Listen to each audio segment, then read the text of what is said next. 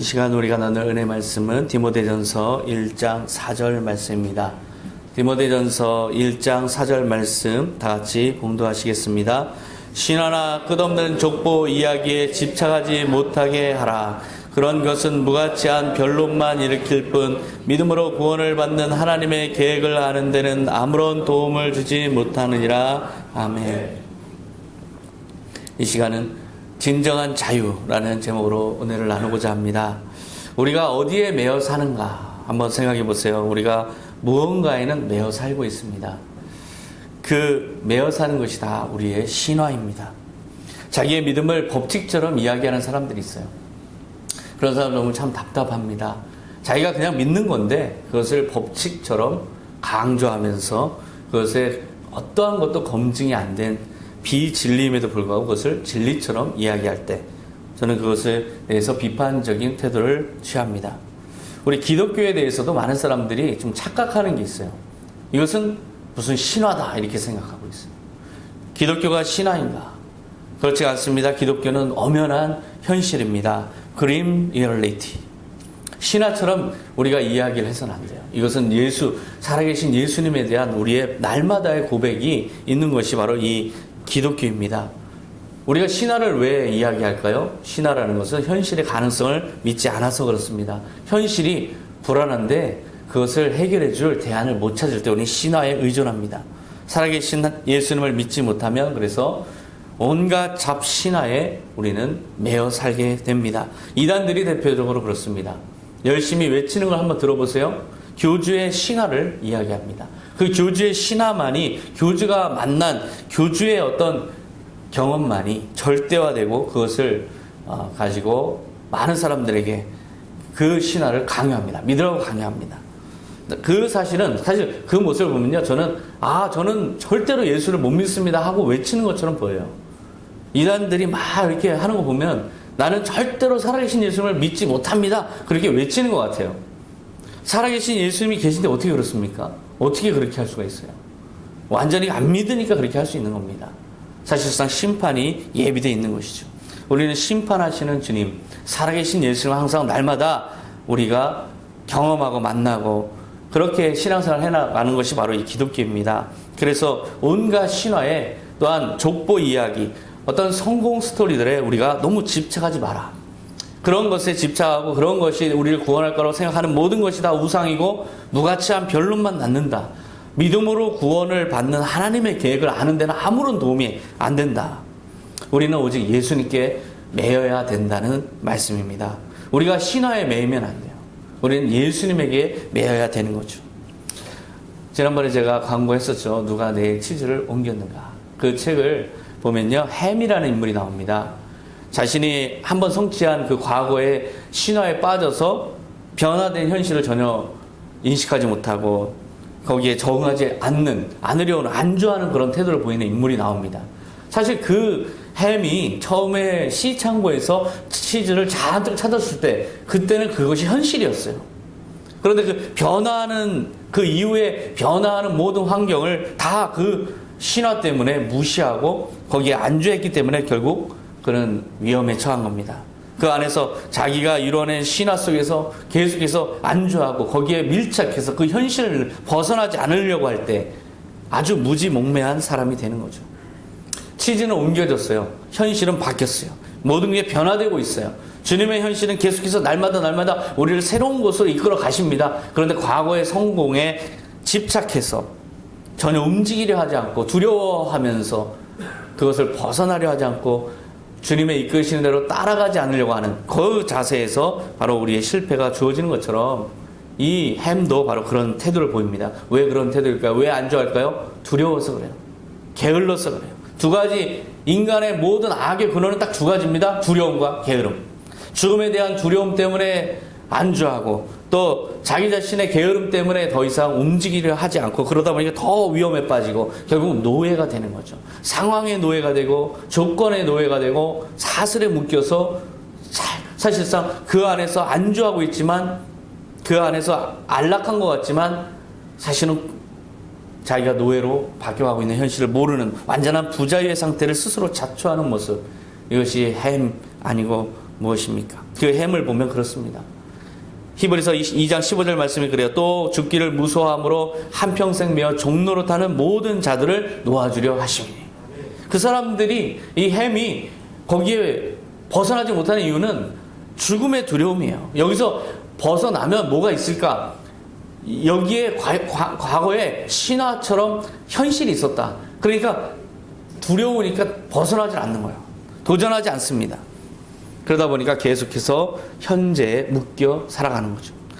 책은 우리에게 말합니다. 신에 매여서 안주하지 말고 과감히 떨치고 일어나라. 그리고 새 길을 개척하라. 그것을 인도해 주는 그 용기, 이것을 꼭 가져야 된다. 이렇게 이야기합니다. 그러면서 모든 안락에는 대가가 있기 마련이다. 저는 그 말이 아주 마음에 와닿습니다. 모든 우리가 안락함을 누리는 데는 거기에는 그냥 안락함이 있는 게 아니에요. 엄청난 대가가 따르는 겁니다. 그런 대가를 치르면서 우리는 안락함을 누리는 거죠. 성실한 자기 혁신을 지속하라고 이 책은 조언합니다. 흔히 우리 종교가 그런 안락을 준다고 생각하는 사람들이 있어요. 그래서 교회에 있으면 왠지 마음이 편하고 교회에 있으면 세상과 분리돼서 참 자기가 뭔가 주님 품에 있는 것 같고 교회에만 오면 모든 세상의 어떤 것들이 이제는 나에게 영향을 안 미치고 그래서 교회를 떠나지 않고 교회 속에서 모든 자기의 신앙을 하려는 분들이 있습니다. 그러나 그것은 올바른 신앙이 아니에요. 예수님은 우리에게 안락을 주는 분이 아니에요. 예수님은 우리에게 용기를 주시는 분입니다. 우리가 도전할 수 있는 용기, 세상을 향해서 달려나갈 수 있는 용기, 부딪힐 수 있는 용기, 죽음과 맞설 수 있는 맞서도 죽지 않는다는 확실한 믿음을 주시는 분. 그래서 우리에게 용기를 주시는 분이 바로 예수님이라는 걸 너무나 모르고 있습니다. 우리의 신앙의 현장은 어딜까요? 교회가 아니에요. 교회만이 아니에요. 교회는 우리가 주님께 경배드리고 주님께 우리의 삶을 고백하고 내어드리고 여기서 모여서 공동체의 사랑을 경험하고 이 하나님의 나라를 경험하는 곳이죠. 그러나 세상은 별도의 공간이라고 생각하는데 그렇지가 않습니다. 세상 역시 주님이 계신 곳이에요. 어디 가나 주님이 계신 곳이에요. 그렇기 때문에 우리의 삶은 어디 가든지 주님을 전하며 빛과 소금의 역할을 하러 세상으로 갔다가 돌아왔다. 이 교회를 플랫폼 삼아서 이 베이스 캠프 삼아서 우리는 세상과 교류해야 되는 겁니다. 예수님은 죽음의 공포와 두려움에 얽매여서 사슬에 묶여 있는지도 모른 채 안주하고 있고 무기력한 삶을 살고 있는 사람들을 향해서 그것을 깨고 스스로 일어나라고 능력도 공급하시고 믿음도 공급하시고 용기도 공급하시는 분이십니다. 히브리서 2장 14절 자녀들은 살과 피를 가졌기 때문에 예수님도 그들과 마찬가지로 인간성을 지녔습니다. 이것은 자신의 죽음을 통해서 죽음의 권세를 잡은 마귀를 멸망시키시고 일생 동안 죽음의 공포에서 종살이하는 모든 사람들을 해방시키기 위한 것입니다. 우리가 지금 마귀에게 붙잡혀 살지 않습니다. 귀신에게 붙잡히지 않아요. 귀신조차도 이미 실패한 패잔병입니다. 예수님이 십자가에서 승리하셨어요. 그리고 부활하심으로써 완전한 승리를 선포하셨습니다. 이 이후에는 어떠한 마귀의 귀신의 세력도 우리를 침노할 수 없고 우리를 붙잡을 수 없어요. 우리는 완전하게 해방된 겁니다. 우리의 탐욕과 우리의 두려움과 우리의 게으름만 우리를 붙잡는 것이지 어떠한 외부의 영적인 세력도 우리를 잡을 수가 없어요. 우리의 두려움이 나를 잡고 있는 것을 우리가 귀신이 잡고 있는 걸로 생각하지 마시기 바랍니다. 예수님은 바로 책 속에 있는 허와 같은 인물을 만들기 원하세요. 허는 과감하게 일어납니다. 그래서 햄의 그 안주하는 모습을 비판하면서 일어나서 새로운 곳을 향해서 계속해서 좌절하지 않고 찾아 나갑니다. 그러다가 엔창고를 만나죠. 그 엔창고는 엄청나게 많은 풍요가 있는 새로운 곳이에요. 햄이 그것도 모른 채 안주하고 있는 모습을 아주 안타까워합니다. 변화를 거부하고 자신의 기득권 체제에서 안주하려는 태도를 사실상 거부하고 부정하는 그런 태도를 버리라고 하는 메시지를 담고 있어요. 두려움에 만약에 우리가 안주하게 되면요, 처음에는 안락한 것 같지만 점점 두려움 때문에 불평과 불만이 커집니다. 그리고 그 상황에 너무 집착하다 보니까 거기에는 변화를 드릴 수가 없어요. 진정한 자유란 무엇일까요? 우리가 이 사실을 알아야 돼요. 우리의 치즈는 항상 옮겨지고 있다. 우리의 상황은 계속 바뀌고 있다. 우리의 일에 있어서도 성취할 수 있는 대상이 자꾸 바뀌고 있어요. 매출의 대상이 바뀌고 있고, 소비자가 바뀌고 있고, 상품의 트렌드가 바뀌고 있고, 우리가 만나야 될 사람들이 다 바뀌고 있어요. 그런데 우리는 계속해서 어떤 과거의 어떤 신앙의 모습으로 계속 안주하려 합니다. 그래서는 절대로 그 변화하는 환경과 그 환경이 주님을 만나게 할 수 없습니다. 우리는 그 변화하는 환경에 기도하면서 달려나가서 부딪혀야 돼요. 우리가 부딪히려 할 때 주님께서 우리를 중보하시면서 우리를 보호하시기 때문에 절대로 우리는 그 상황에서 침몰하지 않고 그 상황에서 망하지 않고 죽지 않는 겁니다. 주님께서 우리에게 진정한 자유를 주기 원하십니다. 이 시간 바로 여러분에게 한 사람 한 사람 부르고 있어요. 여러분 한 사람을 부르고 있어요. 여러분은 누구를 통해서 믿는 게 아닙니다. 여러분 한 사람 한 사람이 객체로서 주님의 부름을 받았어요. 하나님 앞에 설 때는 같이 서는 것이 아닙니다. 여러분은 한 사람 한 사람이 예수님 앞에 서게 돼 있습니다. 우리 모두가 관계를 맺고 있지만 사실상 예수와의 1대1 관계 속에서 먼저 맺어지는 거예요. 그렇기 때문에 내가 어떤 것과도 관계를 맺는다 하더라도 결국은 예수님을 통한 관계지 절대로 내가 직접 밀착을 할 수가 없습니다. 만약에 밀착하면 어떻게 될까요? 나의 죄성이 예수님 없는 나이기 때문에 예수님이 나와 그 대상 사이에 중보를 안 하시기 때문에 내 죄성이 이 욕망이 그대로 작용합니다. 내 욕망이 그대로, 내 죄성이 그대로 흘러나와서 내가 밀착하고 있는 그 대상에게 다 오염시키는 거예요. 다 전염시키는 거예요. 나의 죄성을 그대로 대상이 받아야 됩니다. 그렇기 때문에 같이 썩어가고 같이 망하고 같이 부패해지는 거예요. 결국 내 자신이 그 자리를, 그 사람을, 그 일을 더 이상 할 수 없는 상태가 되어버려요. 그래서 우리가 돈이나 자리나 사람이나 일에 집착해서는 안 돼요. 밀착해서는 안 됩니다. 바로 그때부터 우리는 잘못되기 시작하는 거예요. 우리가 집착했던 돈, 우리가 집착했던 사람, 우리가 집착했던 일들 어떻게 됐습니까? 지금 다 그것들은 어디론가 사라져버리고 없어요. 지금 우리 그 끝에서 구원자를 부르고 있습니다. 주님, 모든 것이 내가 최선을 다해서 밀착하면 될 줄 알았는데요. 어떤 것도 안 되고 있습니다. 어떤 것도 다 부패해가고 있습니다. 주님, 주님을 구합니다. 우리가 이렇게 부르짖죠. 그때 중보자가 나오시는 겁니다. 중보자가 그 모든 것을 사이에서 중보하시는 거죠. 디모데전서 2장 5절 하나님은 한 분이시요 또 하나님과 사람 사이의 중보도 한 분이시니 곧 사람이신 그리스도 예수라. 하나님과 우리도 예수님이 중보하시고 사람과 사람도 예수님이 중보하시고 어떠한 일도 나와 예수님이 중보하시는 거예요.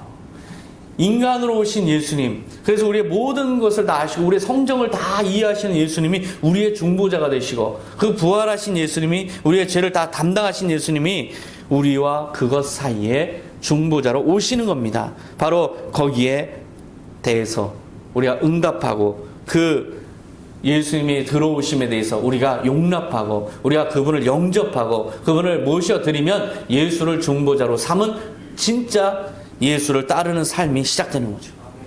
여러분은 모두가 부름을 받았습니다. 부름 받지 않았으면 이 자리에 올 수 없습니다. 그런데 여러분이 예수의 부름을 받았으면 이제는 예수님 없는 현실로 돌아갈 수가 없어요. 이제 예수님 없는 현실로 돌아갈 자신 있는 분 있습니까? 절대로 그럴 수 없습니다. 여러분의 모든 현실에 예수님은 이제 여러분과 밀착되어 있어요. 여러분이 예수님을 배제하고 다른 것과 밀착하려 하는 순간 우리는 죄를 낳기 시작합니다. 이제 직접 밀착할 수도 없어요. 우리는 오직 이제부터는 예수님 때문에 그 대상을 사랑하고 만나고 함께 해야 되고 예수님을 통해서 그 대상을 사랑하고 만나고 그 대상과 함께 해야 됩니다. 예수님 앞에 선 단독자로서 우리는 모든 일을 해나가야 되는 거예요. 이게 바로 예수 그리스도의 선한 청지로 부름을 받은 여러분의 삶입니다. 우리가 밀착을 하면 예수님을 배제하는 게 되고 그렇게 되면 결국 예수님 없는 현실 속에서 우리는 죄로 점철되는 그런 삶을 살 수밖에 없어요. 그래서 우리가 너무나 밀착하려 하면 주님께서 떼어놓습니다. 우리가 돈과 너무 밀착하려고 하면 주님께서 떼어놓으세요. 그리고 주님이 중보자로 오시기 원하세요. 그래서 우리가 어쩔 수 없이 주님 내 삶에 개입하여 주시옵소서 부르짖을 수밖에 없는 그런 환경이 됩니다. 그럴 때 너무 낙심하지 마세요. 예수님이 나와 그것 사이에 들어오는 것뿐이지 내가 그것을 잃는 게 아니에요.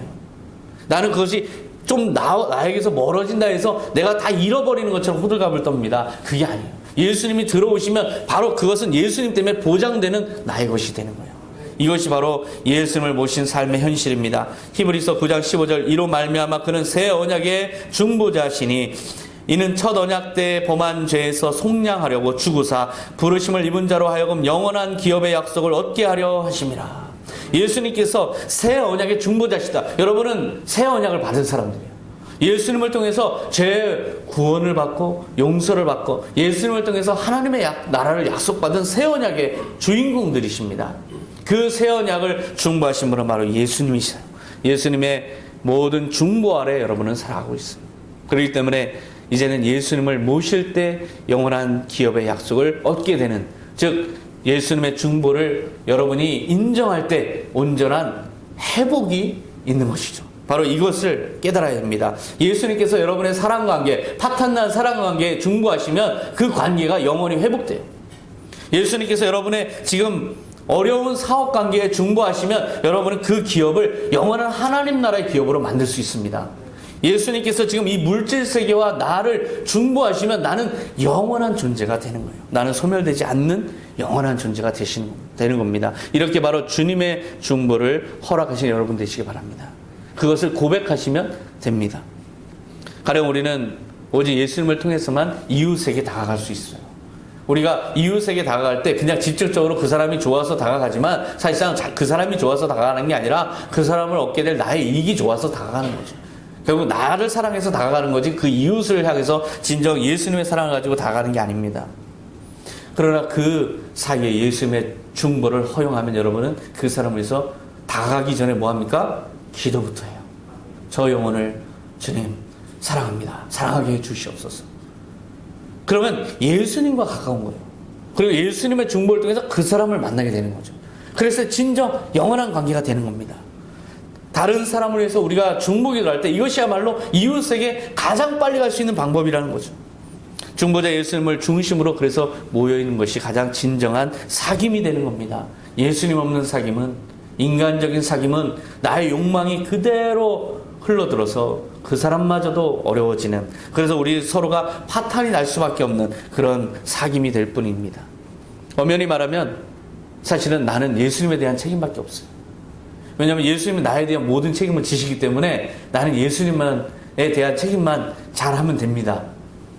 이사야서 53장 5절에 보면 그가 찔림은 우리의 허물을 인하 때문이요 그가 상함은 우리의 죄악 때문이라. 그가 징계를 받음으로 우리는 평화를 누리고 그가 채찍에 맞음으로 우리는 나음을 받았도다. 그가 찔리셨는데 우리가 허물들이 용서되는 거예요. 그분이 상하셨는데 우리의 죄악이 용서를 받는 겁니다. 그분이 우리의 모든 걸 다 책임지시는 거예요.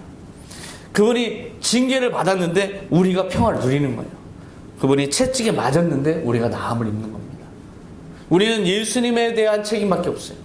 예수님 우리의 모든 걸 다 책임지시는 우리의 중보자라는 겁니다. 그래서 이 예수님을 인정하는 것, 그 예수님에 대한 책임을 다하는 것, 이것이 바로 나를 따르라는 명령에 순종하는 삶이라는 것, 이것을 저는 말씀드리고자 합니다.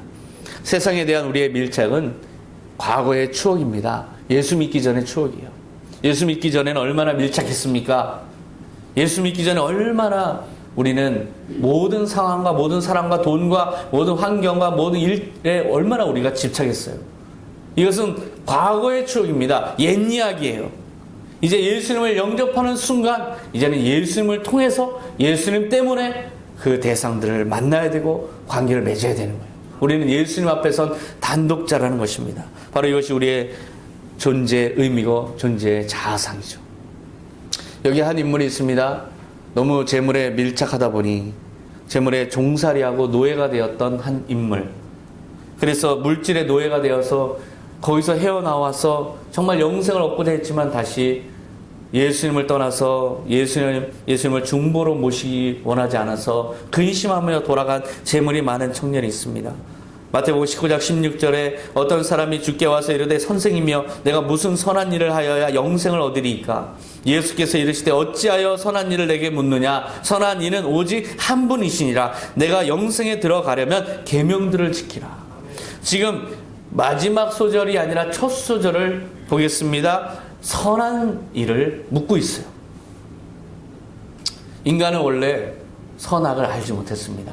아담을 하나님께서 창조하셨을 때 아담은 선악을 알지 못했어요. 아담이 오직 알았던 건 무엇일까요? 자기를 창조하신 하나님만 알았어요. 그래서 하나님 앞에선 단독자로 살았습니다. 그런데 타락을 하게 되면서 선악과를 다 먹으면서 선악을 알게 된 거죠. 그때로부터 이것이 선한 일이냐 이것이 악한 일이냐 그 사이에서 갈등하는 인간이 만들어진 거예요. 하나님을 떠나고 선악이라는 이 윤리 규정, 자기 나름의 윤리 규정에 그 사이에서 갈등하는 인간이 탄생한 거예요. 이것이 타락의 결과라는 겁니다. 지금 이 청년은 예수님에게 선한 게 무엇인지 묻고 있어요. 예수님은 지금 하나님이십니다. 지금 아담을 부르시는 하나님에게 타락한 아담이 하나님 어떤 게 하나님 앞에 선한 겁니까? 이렇게 묻고 있는 거예요. 딱 답은 하나입니다. 선과 악의 모든 개념을 내려놓고 예수 앞에 나와라. 선과 악의 모든 너의 갈등의 모든 이 타락의 증상들을 다 과거로 버리고 하나님 앞에 서라. 이것이 바로 예수님의 답이죠. 인간은 그렇게 선과 악을 그 사이에서 고민하기 시작하면서 온갖 선악에 대한 고민을 했어요. 그래서 하나님께서 율법을 주신 거예요. 이렇게 살면 너가 생각하는 하나님 앞에서 선한 거다라고 율법을 준 거예요.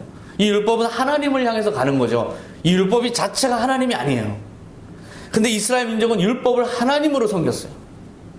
율법을 그냥 그 자체가 하나님이에요. 율법 자체가. 하나님은 필요 없어요. 저 하나님 필요 없고 하나님이 준 그 계명이 하나님이에요. 이제 하나님 율법이 우상화된 겁니다. 그래서 계명을 열심히 지켰던 청년, 이 청년에게 너가 생명에 들어가려면 하나님과의 진정한 사귐 안으로 들어가야 되는데 이 계명을 통해서 가는 것이라는 생각은 하지 마라. 선한 분은 하나님 한 분이다. 그러면서 이 청년이 그것 때문에 얼마나 계명을 지켜왔는지를 알기 때문에 예수님은 계명을 이야기하는 거죠. 사실 계명을 강조하시는 게 아닙니다. 마태복음 19장 18절에 이르되 어느 계명이오니까 예수께서 이르시되 살인하지 말라 간음하지 말라 도둑질하지 말라 거짓 증언하지 말라 내 부모를 공경하라 내 이웃을 내 자신과 같이 사랑하라 하신 것이니라. 그 청년이 이르되 이 모든 것을 내가 지켰사온데 아직도 무엇이 부족하니까.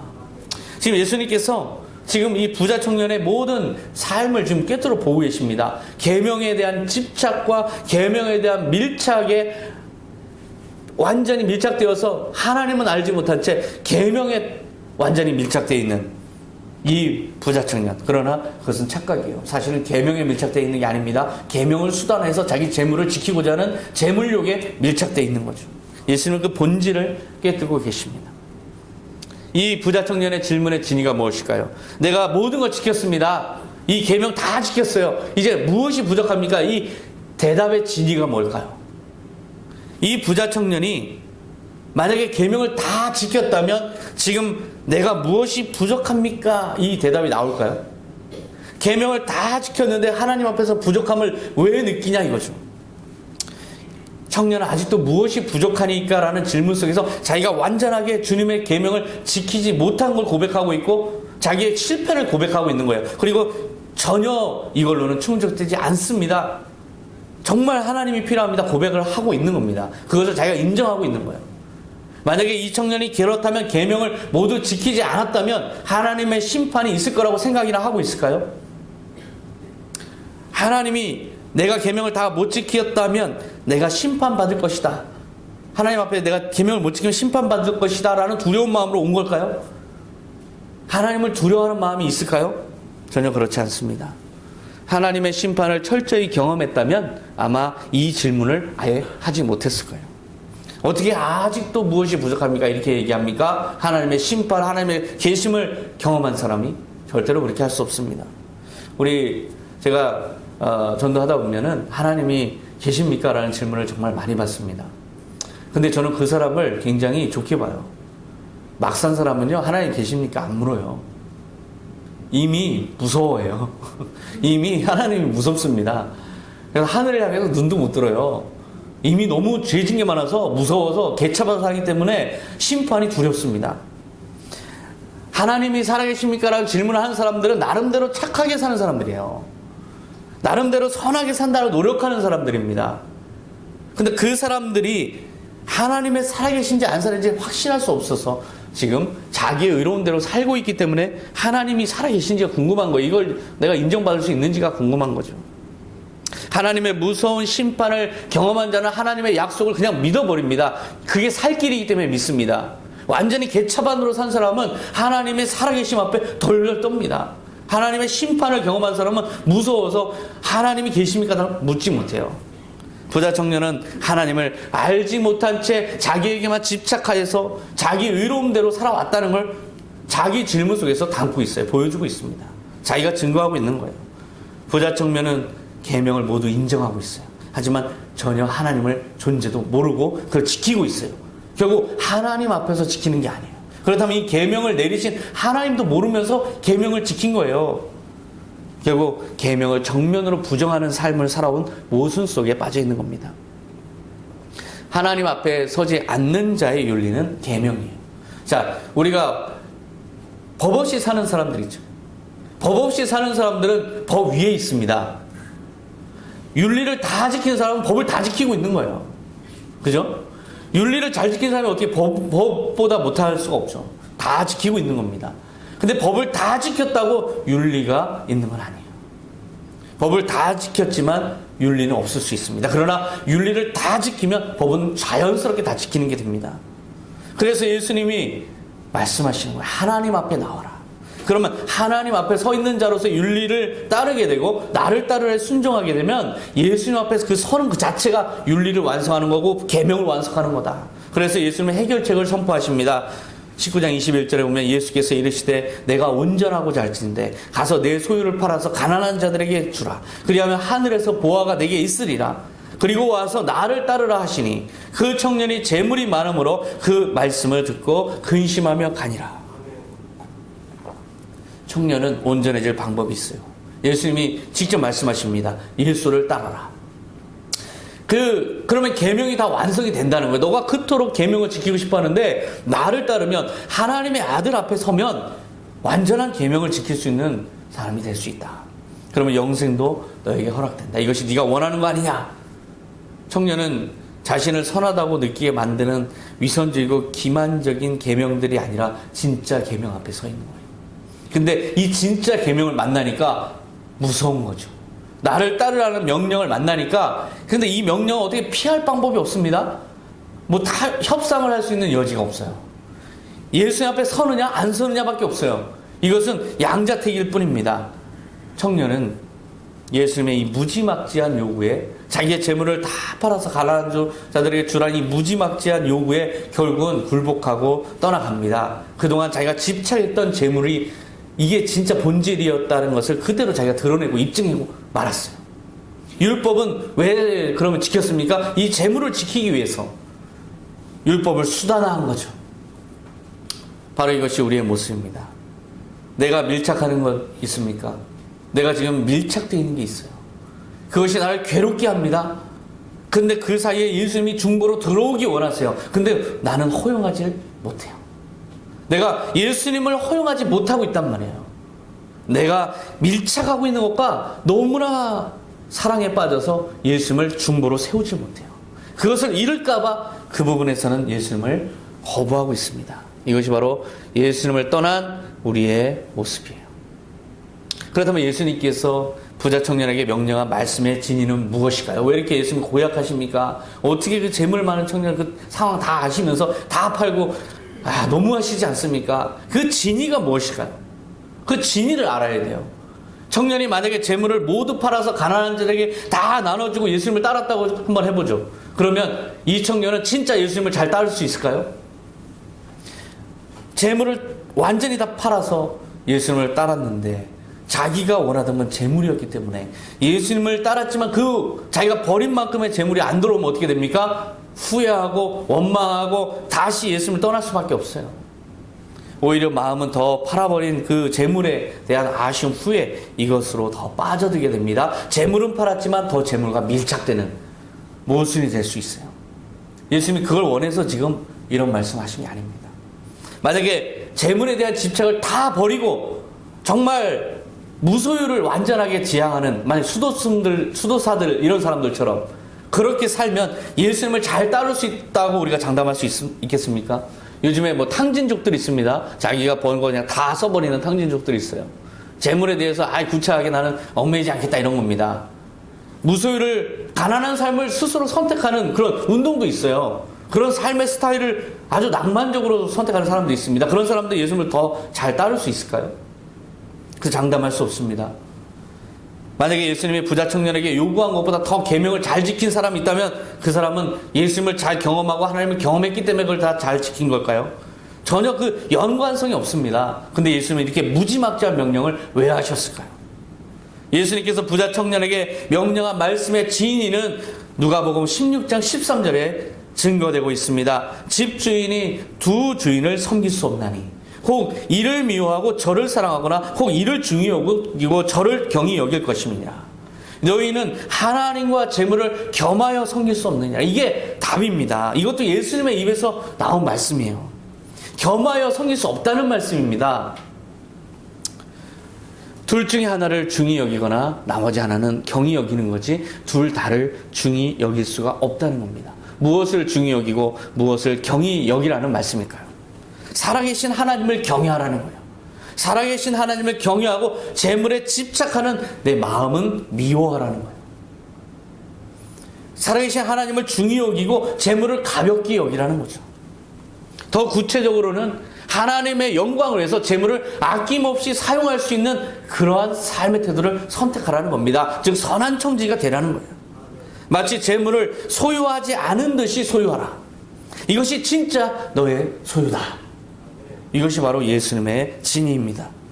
재물과 밀착된 나와 그 재물 사이에 예수님을 모시라는 거예요. 그래서 진짜 너가 원하고 사랑하는 그 재물을 예수님 때문에 예수님을 통해서 예수님 앞에서 단독자로서 그 재물을 대하라는 거죠. 선한 청지기로 대하라는 겁니다. 이 진리를 부자 청년은 파악하지 못했어요. 이 재물을 다 버리라는 그 액면 그대로 받아들이고 떠난 겁니다. 이제 직접 밀착은 못합니다. 예수님을 만나는 그 이유, 예수님을 만났기 때문에 우리는 어떠한 것도 직접 밀착이 허용되질 않아요. 예수님 때문에 예수님 통해서 우리는 만나야 돼요. 그것과 그렇게 예수님을 통해서 관계를 맺어야 돼요. 이것이 바로 나를 따르라는 삶에 순종하는 삶입니다. 선한 청지기로 주 앞에서는 온전한 삶, 이것은 바로 모든 나의 집착의 대상, 그것과 나 사이에 예수님을 모셔라. 중보자로 모셔라. 그리고 예수님을 통해서 그것을 봐라. 예수님 때문에 그것을 봐라. 그러면 너는 그것의 선한 청지가 되는 것이다. 이것이 바로 우리에게 요구된 거예요. 그래서 마치 너의 것이 아닌 듯이 하나님 앞에서 소유하라. 그러면 진정 너의 것이다. 마가복음 10장 30절에 이런 말씀 하십니다. 우리가 현세에서 집과 형제와 자매와 어머니와 자식과 전토를 복음을 위해서, 나와 복음을 위해서 다 버리면 현세에서 100배나 받되 박해를 겸하여 받고 내세의 영생을 받지 못할 자가 없느니라. 이 말씀이 다 버리고 양자택일하라는 말씀이 아닙니다. 재물을 다 버리고 예수님만 잡으라는 말씀이 아니에요. 예수님과 그 사랑하는 아내, 자식, 전토, 그것 사이에, 나와 그것 사이에 밀착된 사이에 예수님을 모시라는 겁니다. 그래서 그 모든 것이 이제 예수님 때문에 예수님을 통한 재물, 예수님 때문에 예수님을 통한 사람이 되도록 너는 예수님 앞에 선 단독자로 서라는 거예요. 이것이 온전한 자유의 길입니다. 우리의 매여 있는 것들과 우리가 자유를, 해방을 선포할 수 있는 유일한 길은 그 사이에 예수를 모시는 것밖에 없어요. 모든 매인 것에서 진정한 해방을 경험할 수 있는 길입니다. 또한 비로소 그 모든 것을 진정 자기의 것으로 도로 주님으로부터 받을 수 있는 길이에요. 그것은 바로 나와 그것 사이에 예수님을 모시는 것. 그 모시는 것은 달리 모시는 게 아닙니다. 순간순간 기도하는 거예요. 순간순간 인정하는 거예요. 주님, 내가 또 밀착하고 있습니다. 그러나 주님을 통해서 주님 때문에 주님 앞에선 단독자로서 저것을 다시 보게 하여 주시옵소서. 그렇게 기도하면 여러분 눈이 바뀝니다. 주님이 도와주십니다. 그래서 주님 앞에선 단독자로 그것을 다시 보게 해요. 이제는 내 밀착의 대상이기 때문에, 자식이 내 소유이기 때문에 막 내 소유처럼 하던 내가 바뀌는 거예요. 주님의 소유구나. 주님이 나에게 허락한 소유구나. 선한 청지가 되는 겁니다. 물질도 마찬가지야. 내 것이니까 막 쓰던 그 삶에서 이제 예수님을 통해서 그걸 바라보세요. 예수님을 통해서 내가 맡김을 받은 거구나. 이제 예수님을 때문에 예수님을 통해서 저 물질을 써야겠구나. 그럴 때 진정 선한 청지가 되는 겁니다. 바로 이럴 때 여러분은 진정 모든 밀착 관계 속에서 매어오는 모든 이 사슬에서 벗어나서 진정한 자유를 누릴 수 있는 겁니다. 바로 선한 청지기의 길이 온전한 자유의 길이라는 것을 깨달으신 여러분 되시기 바랍니다. 기도하겠습니다. 하나님 아버지 감사합니다. 우리는 너무나 매여 있습니다. 모든 것에 같이 망하고 같이 부패하고 있다는 걸 전혀 모른 채 아파하고 있습니다. 밀착하면 좋을 줄 알았는데 아픕니다. 밀착하면 좋을 줄 알았는데 도망가고 싶어집니다. 주님, 주님을 모시지 않고 주님을 멀리했던 나의 불신앙을 용서하여 주시옵소서. 이제 그것과 나 사이에 예수 그리스도를 영접하고 예수님 때문에 예수님을 통해서 예수님 앞에선 단독자로서 그것을 관계해 나가겠습니다. 관계 맺어 나가겠습니다. 주님, 이제 주님의 선한 청지기로 바로 서기 원합니다. 주님, 모든 밀착된 거 끊어주시고 나를 해방시켜 주시고 주님 앞에서 주님 안에서 주님을 통해서 이제 새로운 삶을 시작하게 하여 주시옵소서. 감사드리며 예수님의 이름으로 기도하옵나이다. 아멘.